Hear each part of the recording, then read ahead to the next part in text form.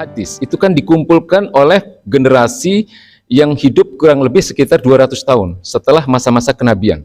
Ya, jadi kalau kita mendengar nama-nama Imam Bukhari, Imam Muslim, ya, Imam Abu Dawud, Imam Tirmizi, Imam Nasa'i dan seterusnya, itu adalah para ulama-ulama hadis yang hidup ya pada kira-kira 2 abad setelah masa-masa kenabian.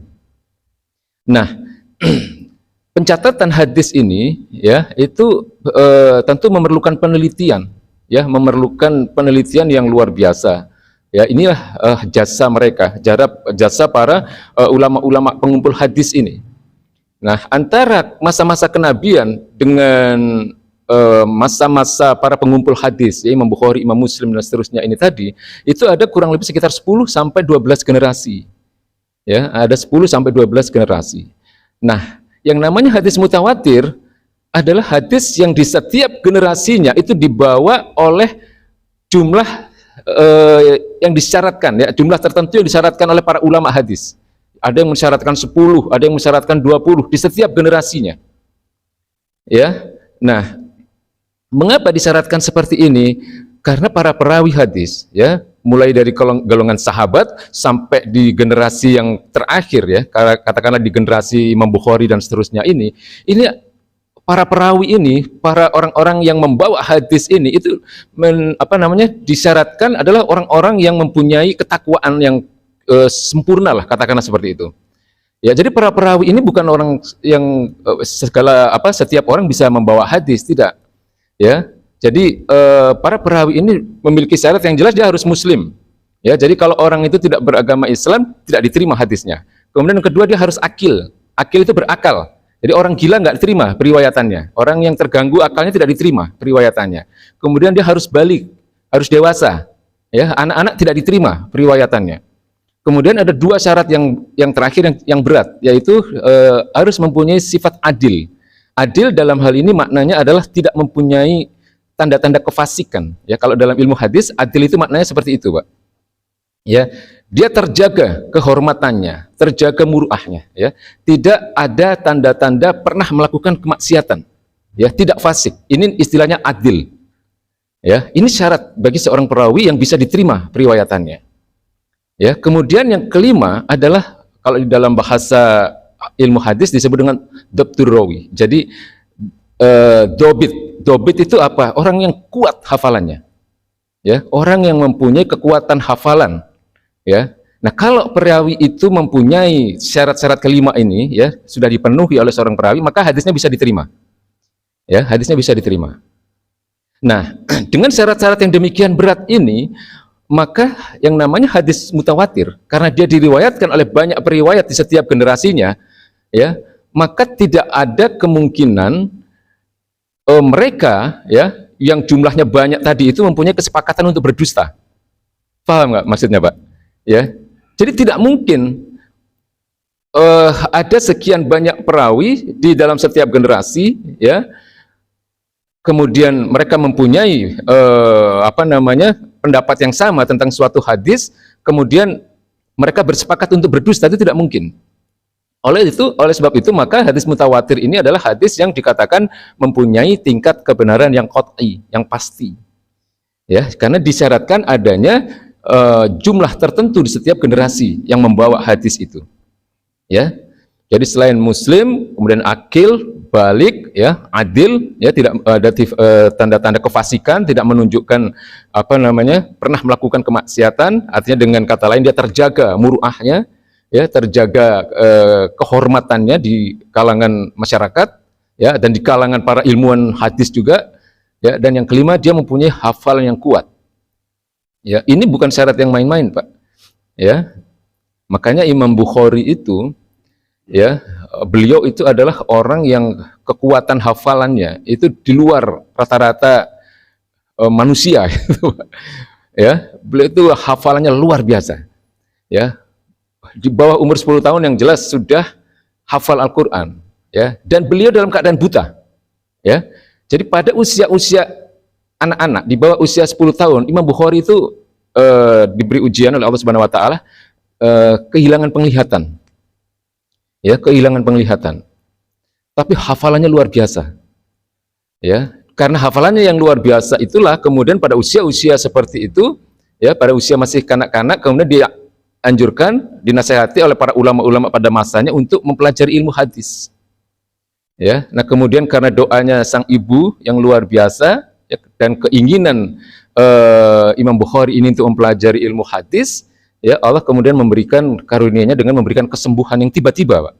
Ya, jadi Imam Bukhari itu sembuhnya dari kebutaan itu terjadi secara tiba-tiba ketika ibunda beliau berdoa, ya, karena melihat keinginan putranya yang demikian kuat untuk mempelajari ilmu hadis, kemudian ada rasa iba dari sang ibu, ya, kemudian pada suatu malam sang ibu ini berdoa untuk kesembuhan penglihatan sang putra yaitu Imam Bukhari ini, maka pada malam itu Allah memberikan karunia kesembuhan.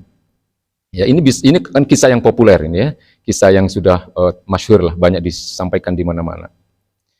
Ya, dan Imam Bukhari bukan orang Arab. Ya, Imam Bukhari itu orang Uzbekistan.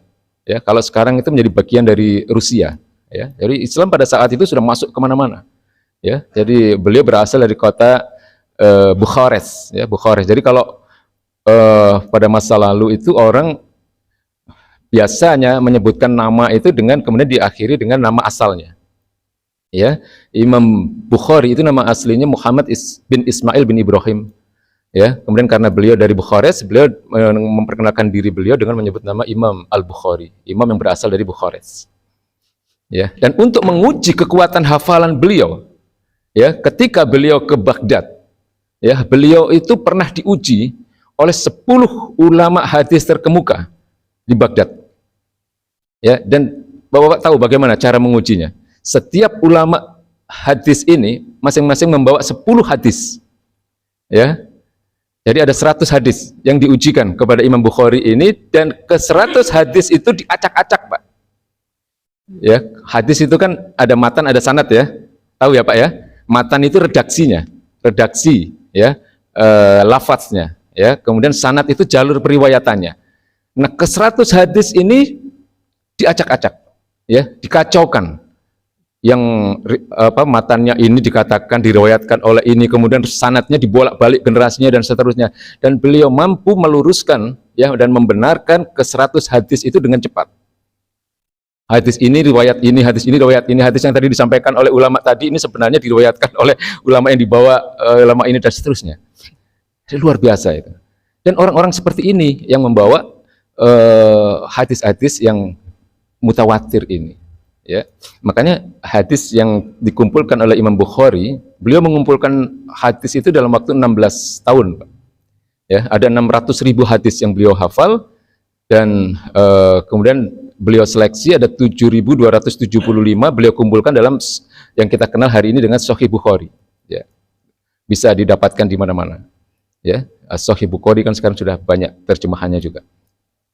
Nah, hadis mutawatir itu hadis yang dibawa oleh para perawi yang demikian kuat, hafalannya, ya, kemudian ketakwaannya juga terjamin, sehingga kebenaran hadis mutawatir itu tidak bisa diragukan lagi, ya, sudah qat'i. Nah, hadis mutawatir itu dibagi menjadi 2, ya kan, kita sudah bahas pekan lalu, ya. Yang pertama adalah hadis yang disebut dengan mutawatir lafzi. Apa maknanya? Hadis mutawatir lafzi itu adalah hadis yang mempunyai kesamaan dalam redaksi, ya. Jadi seluruh perawi, seluruh orang yang membawa hadis itu menyampaikan dengan kalimat yang sama. Ya, itu disebut dengan hadis mutawatir lafzi. Ya, contohnya ini, man kadzaba alayya muta'ammidan, ya, falyatabawa maq'adahu minan nar. Ya, barang siapa berdusta atas namaku dengan sengaja, ya, muta'ammidan, falyatabawa maq'adahu minan nar, maka bersiap-siaplah dia untuk menempati tempat duduknya di neraka nanti. Ini hadis di kalangan sahabat saja itu ada 70 sahabat yang meriwayatkan, ya, dengan lafaz yang sama, dengan redaksi yang sama. Ya, belum lagi kemudian di generasi-generasi selanjutnya. Jadi kalau ada pelajaran tentang mutawatir lafzi itu pasti hadis ini yang dijadikan contoh. Ya. Kemudian yang kedua, ada yang disebut dengan mutawatir ma'nawi, atau disebut juga mutawatir bil makna, yaitu hadis yang secara lafaz, ya, secara redaksi, ya, kalimatnya mungkin bisa berbeda-beda yang dibawa oleh para perawi tadi, tetapi maknanya sama, ya, maknanya sama. Dan ini biasanya adalah tentang hadis atau sunnah-sunnah yang bersifat fi'liyah, ya, yang bersifat perbuatan baginda Nabi, bukan ucapan. Yang hari ini mungkin sudah kita ketahui, misalnya seperti gerakan-gerakan sholat kita, ya, yang sudah menjadi rukun dari sholat, ya, bagian rukun sholat, ya, takbiratul ihram, ruku, bagaimana, sujud, bagaimana, ya, kemudian mulai takbiratul ihram sampai salam.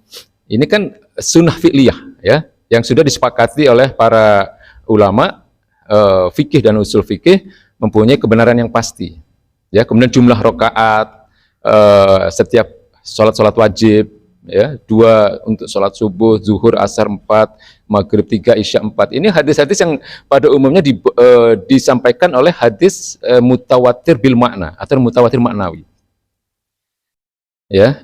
Kemudian rangkaian ibadah haji, ya, keterangan-keterangan tentang zakat dan seterusnya, itu pada umumnya adalah hadis-hadis yang sifatnya mutawatir bil makna, ya. Jadi kesimpulannya apa dari pekan lalu yang sudah kita bahas itu adalah bahwa Quran dan Sunnah tidak bisa dipisahkan, ya. Jadi banyak sekali bagian-bagian dari kehidupan kita dalam beribadah ini yang bersumber dari hadis, ya, bukan dari Quran. Kalau dari Quran itu yang kita tahu ya hanya perintahnya saja, tapi bagaimana cara melakukan ibadah-ibadah itu pada umumnya dari hadis semua, ya. Makanya tidak bisa dipisahkan, ya. Ini hadis mutawatir lafzi dan hadis mutawatir maknawi. Saya kira jelas ya Pak, ya.